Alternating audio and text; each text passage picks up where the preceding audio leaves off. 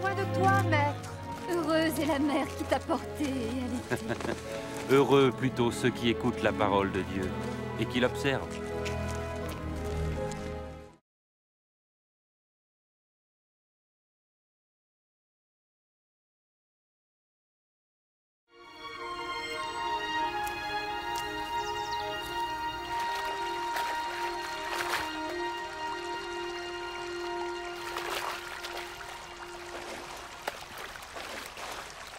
Apprends-nous à prier, comme Jean l'a appris à ses disciples. Quand vous priez, dites « Notre Père qui es aux cieux, que ton nom soit sanctifié, que ton règne vienne, que ta volonté soit faite sur la terre comme au ciel. Donne-nous chaque jour notre pain quotidien. Pardonne-nous nos offenses, comme nous pardonnons aussi à ceux qui nous ont offensés. Protège-nous contre la tentation et délivre-nous du mal. »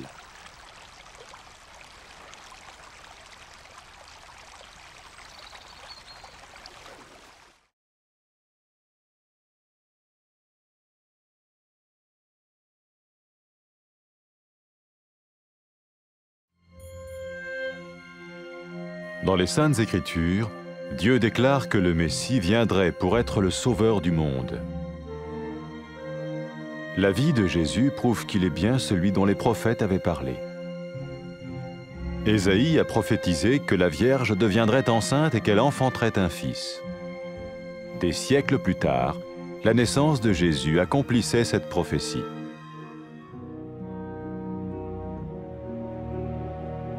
Les Saintes Écritures déclaraient que le saint à naître serait appelé le Fils de Dieu. Cela signifiait que Jésus serait le Fils de Dieu au sens spirituel et non au sens physique. Nous le voyons par sa manière de vivre. Il a guéri des malades, il a pardonné leurs péchés, les a ramenés à Dieu et leur a promis une place dans le royaume éternel de Dieu. Il s'est offert lui-même en sacrifice pour le péché à leur place. Puis il est revenu à la vie, victorieux sur la mort selon le plan de Dieu. Jésus a dit « Personne ne me prend la vie, mais je la donne de ma propre volonté. » La vie de Jésus n'a pas seulement accompli les écrits des prophètes, mais elle a aussi confirmé la vérité de la sainte parole de Dieu. Les prophètes avaient écrit « Ta parole, ô mon Dieu, est parfaite, elle dure à toujours. » Jésus lui-même a dit « Le ciel et la terre disparaîtront, tandis que mes paroles ne disparaîtront jamais. » Jésus est venu pour nous donner la vie dans toute sa plénitude. Mais quand l'homme a désobéi à Dieu dans le jardin d'Éden, il a choisi sa propre voie et ses actions l'ont séparé du Créateur.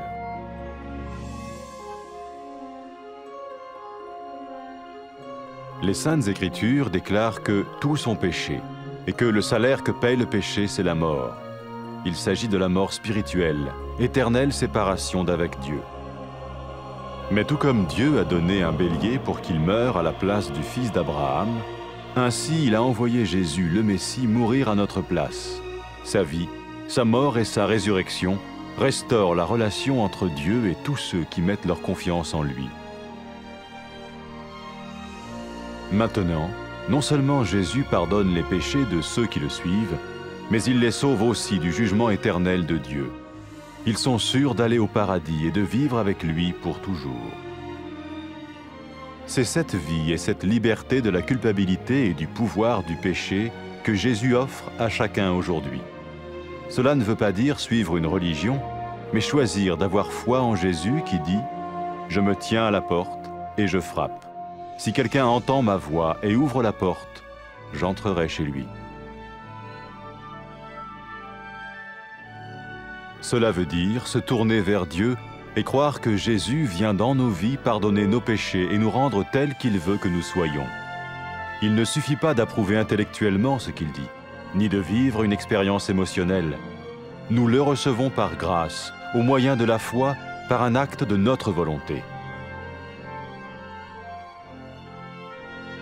Lorsque quelqu'un est prêt à suivre Jésus le Messie, il peut lui parler par une simple prière.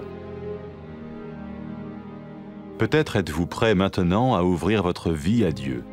Si oui, vous pouvez vous joindre à la prière suivante, silencieusement.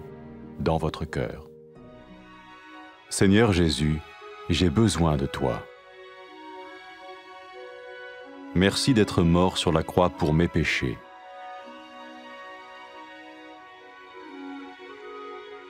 Je confesse mes péchés et je m'en repens.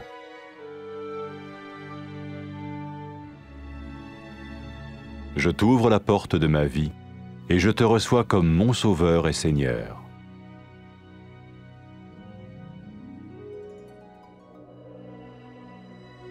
Merci de me pardonner mes péchés et de me donner la vie éternelle.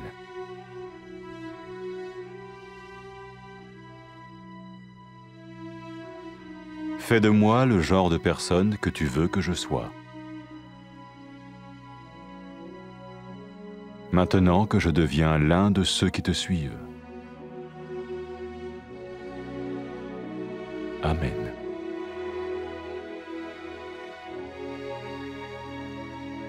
Jésus a dit à propos de ses disciples, « Mes brebis écoutent ma voix, je les connais et elles me suivent. » Pour expérimenter la vie en abondance promise par Jésus, ceux qui le suivent parlent à Dieu chaque jour dans la prière et lisent ou écoutent sa parole. Ils parlent de lui à d'autres personnes et rencontrent régulièrement ceux qui l'aiment et le suivent. N'oubliez pas sa merveilleuse promesse. Tout pouvoir m'a été donné dans le ciel et sur la terre. Et sachez-le, je vais être avec vous tous les jours, jusqu'à la fin du monde.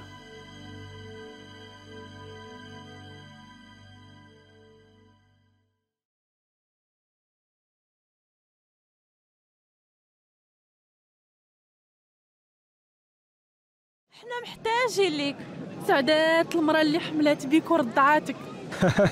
في الحقيقة سعدات اللي كيسمعوا كلام الله ويديروا به.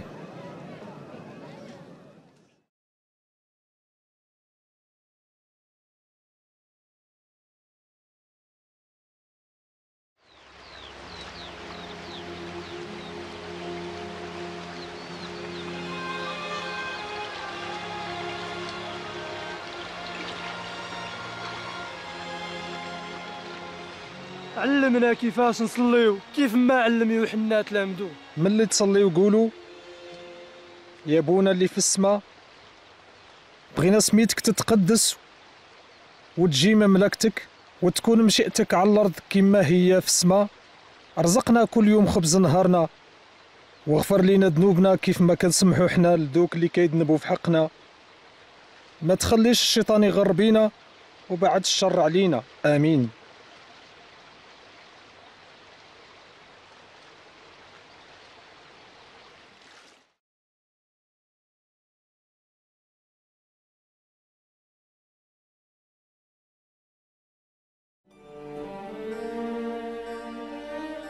بين الله في كتابه باللي المسيح غادي يجي باش يكون هو المنجي ديال الدنيا.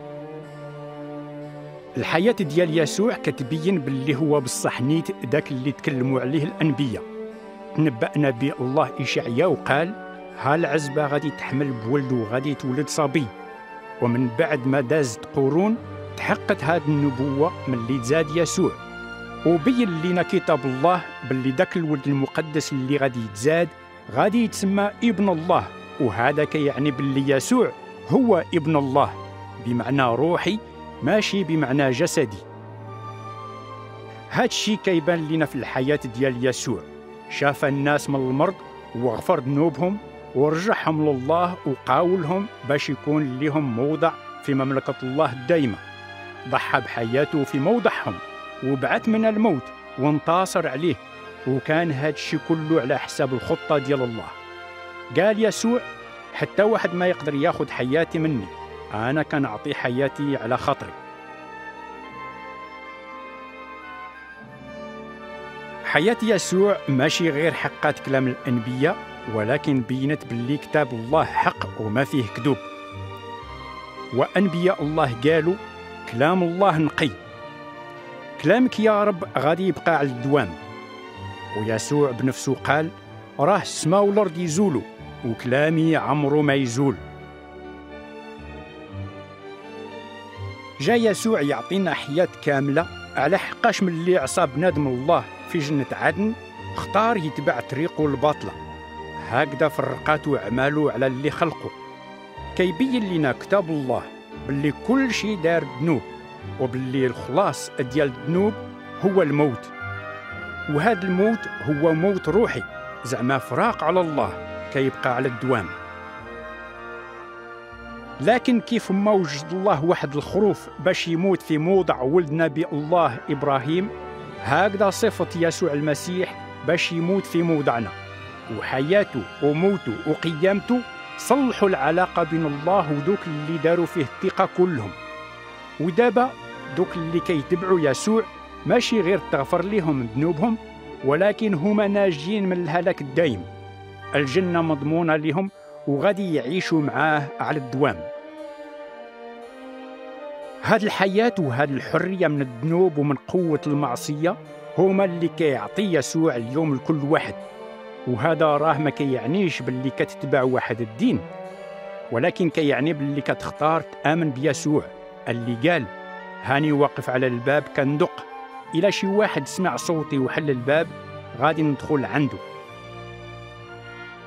هذا كيعني نرجعوا لله ونطيقوا باللي يسوع غادي يدخل لحياتنا ويغفر ذنوبنا ويبدلنا باش نكونوا كيف بغانا. وراه ما كيكفيش نطيقوا كلامه غير بعقولنا ولا نتأثروا به غير بعواطفنا، لا، خصنا نقبلوه بنعمة الله بالإيمان، وخص هذا القبول يكون بالإرادة ديالتنا. وملي كيكونوا الناس موجودين باش يتبعوا يسوع المسيح كيتكلموا معاه في واحد الصلاة بسيطة. كنتمنى تكون حتى انت موجود دابا تفتح قلبك لله. إوا إلا كنتي بصح موجود تقدر تشاركنا في هاد الصلاة في قلبك. يا رب يسوع، أنا محتاجك. كنشكرك حيت متي فوق الصليب على قبل ذنوبي. راني كنعترف بذنوبي،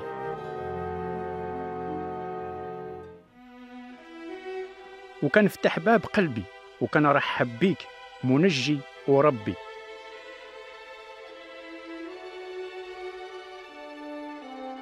شكرا حيت غفرتي ذنوبي وعطيتيني الحياة الدائمة.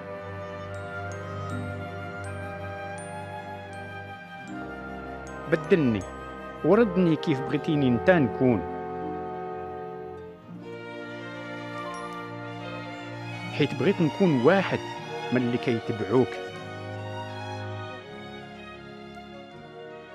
آمين.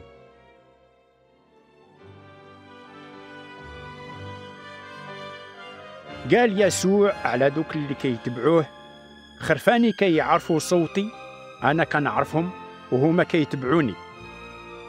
إلا بغيتي تعيش الحياة الكاملة اللي قاول بها يسوع خاصك تعرف باللي دوك اللي كيتبعوه كيتكلموا مع الله في الصلاة كل نهار وكيقراو كلامه، واللي كيسمعوا ليه وكيخبروا الناس الآخرين عليه، وكيتلاقاو دايما مع دوك اللي كيبغيوه كيتبعوه. ما تنساش كلامه العجيب من اللي قال تعطاتني كل القوة في السماء والأرض، هاني معكم ديما حتى تسالي الدنيا.